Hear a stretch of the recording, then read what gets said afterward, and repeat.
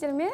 Біз Т22 тобының студенттері Төреханова Айым және де Байманова Аида.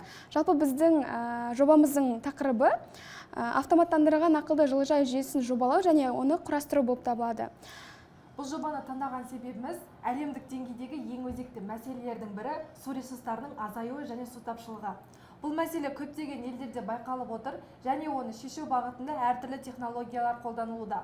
Осыған байланысты су ресурстарын тиімді пайдалану және артық шығынды азайту маңызды болып табылады. Біздің жобаның нақты мақсаты топырақтың ылғалдылық деңгейін автоматты түрде бақылау арқылы өсімдіктерге тек қажетті мөлшерде суарып, суды үнемдеуге мүмкіндік беретін ақылды жылыжай жүйесін құру. Біздің жобамыздың құрылымына келетін болсақ, құрылымы бізде 4 блоктан тұрады. Бірінші блок ол басқару блогы, яғни Arduino Uno.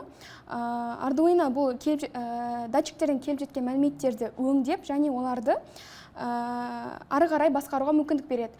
Одан кейін бізде сенсорлық блогымыз бар. Сенсорлық блок ол датчиктер кіреді. Бізде екі түрлі датчик бар. Бірінші топырақ ылғалдылығын нақты дәл өлшейді. Одан кейін бізде ауа температурасын өлшейтін датчик бар. Яғни DH22 датчигі.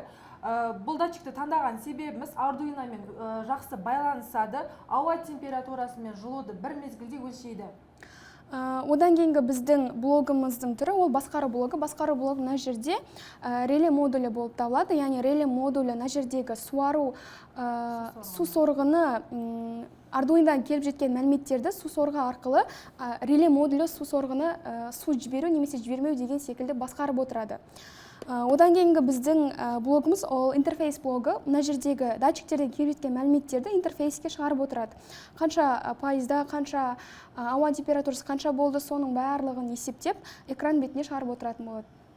Жалпы біздің жобамыздың болашақтағы рөлі барлық жылыжайларды автоматтандыру болып табылады. Яғни ауыл шаруашылығының болашағы болып табылады.